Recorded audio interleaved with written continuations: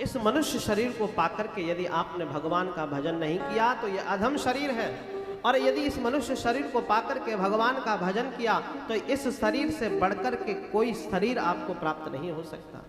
भगवान करुणा करके मनुष्य शरीर इसीलिए देते हैं कि आप भगवान का भजन करके भगवान को पालो।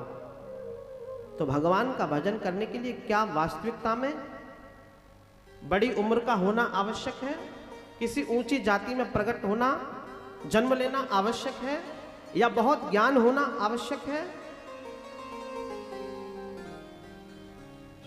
तो परीक्षित आज कथा को श्रवण करते हुए ये भाव रखते हैं कि प्रभु हमको एक बात बताओ।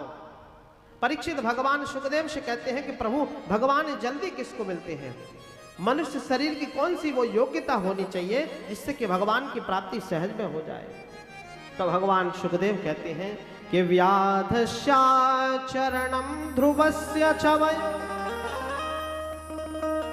और विद्या गजेन्द्रस्य का अरे का जाति ही विदुरस्य यादवपते रुग्रस्य किम पौरुषम कुब्जाया किमु तत्र रूपमधिकं किं तत्सुदाम्नो धनम् भक्तिया तुष्यति केवलं परमया भक्ति प्रियो माधवा। यदि भगवान सदाचरणों से प्रसन्न होते हैं तो ये बताइए व्याधों के पास में कौन सा सदाचरण था कि भगवान उन पर सहज में प्रसन्न हो गए। और यदि भगवान बड़ी अवस्था को प्राप्त होते हैं, लोग कहते हैं ना कि साहब अभी तो बहुत बालक छोटे हो, अभी तो युवा हो, कुछ कर्म करो, पैसे कमाओ, धन कमाओ, लाकर के परिवार का पालन करो। अरे भगवान का भजन तो वृद्धावस्था में जाकर के किया जाता है। यदि भगवान की वृद्धावस्था करने की आयु निर्धारित है तो हम ये जानना चाहते हैं कि ध्रुव की अवस्था क्या थी।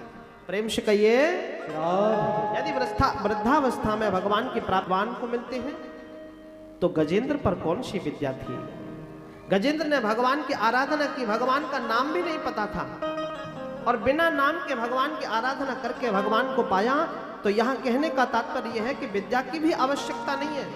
और आप कहोगे कोई उच्च वर्ण का व्यक्ति हो, ब्राह्मण हो, क्षत्रिय हो, वैश्य हो, इनको ही प्राप्त होंगे, अन्य जातियों को भगवान प्राप्त नहीं होंगे। तो हम तो ये जानना चाहते हैं कि विदुर की जाति क्या थी जिनको भगवान की प्राप्ति हुई। भगवान की कथा को श्रवण करने का, भगवान के भजन करने का, भगवान के मंदिर में जाने का देखा जाए तो मनुष्य होने के नाते सभी का अधिकार है।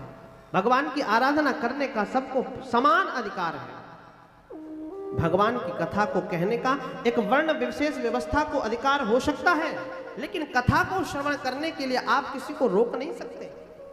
आप किसी से यह नहीं कह सकते कि तुम आकर के कथा के पंडाल में बैठकर के कथा को नहीं सुन सकते। एक कथा का ही तो ऐसा पंडाल है जहां पर आकर के सभी लोग समवेत रूप से एकीभूत होकर के एक जगह बैठकर के भगवान की कथा को सुन सकते हैं।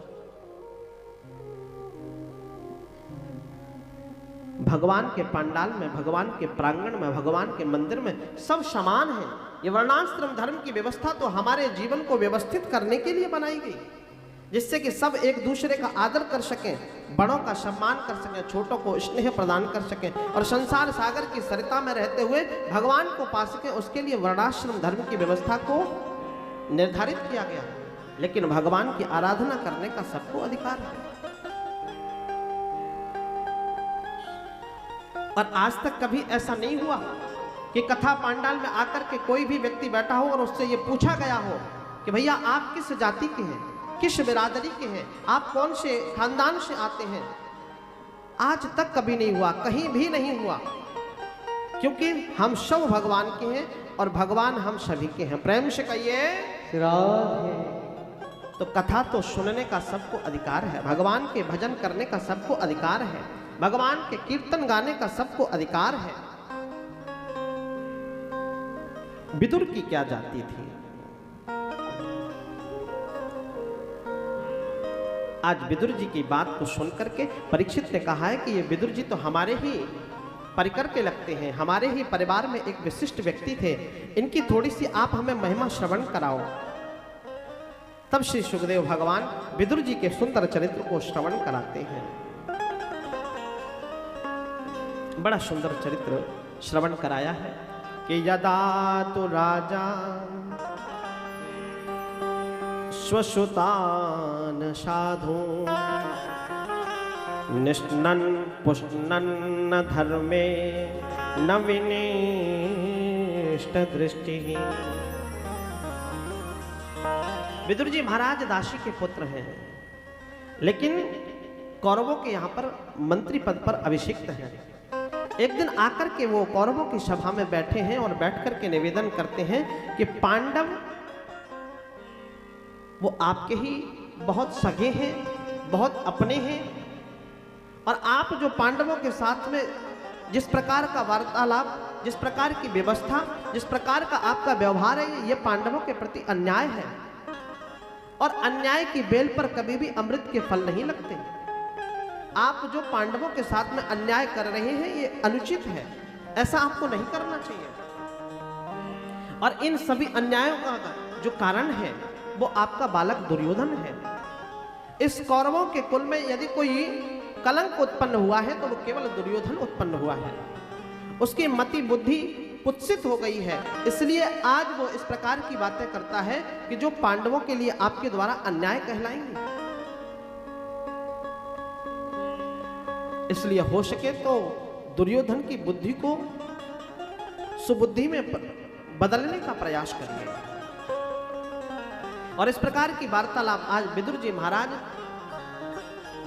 बैठ करके कर ही रहे थे कि उसी समय दुर्योधन वहां आया है और आकर के बोला है कि हमारे ही घर का अन्न खाते हो और हमारी ही बुराई करते हो, और ऐसा करो अब बहुत दिन आपको यहाँ मंत्री पद पर अभिषिक्त हुए हो गए, अब आप यहाँ से निकल जाओ। आपका कोई यहाँ पर पद नहीं है, आपकी कोई महिमा नहीं है, आप यहाँ से निकल जाइए। और कहते हैं कि उसी समय जब ऐसा सुना है तो श्री विदुर जी महाराज ने कहा है कि मेरा मंतव्य ये नहीं था कि आपको कष्ट पहुंचे। मेरे कहने का तात्पर्य यह है कि अन्याय की बेल पर अमृत के फल नहीं लगते। आप जो अन्याय पांडवों के साथ में कर रहे हो इसका फल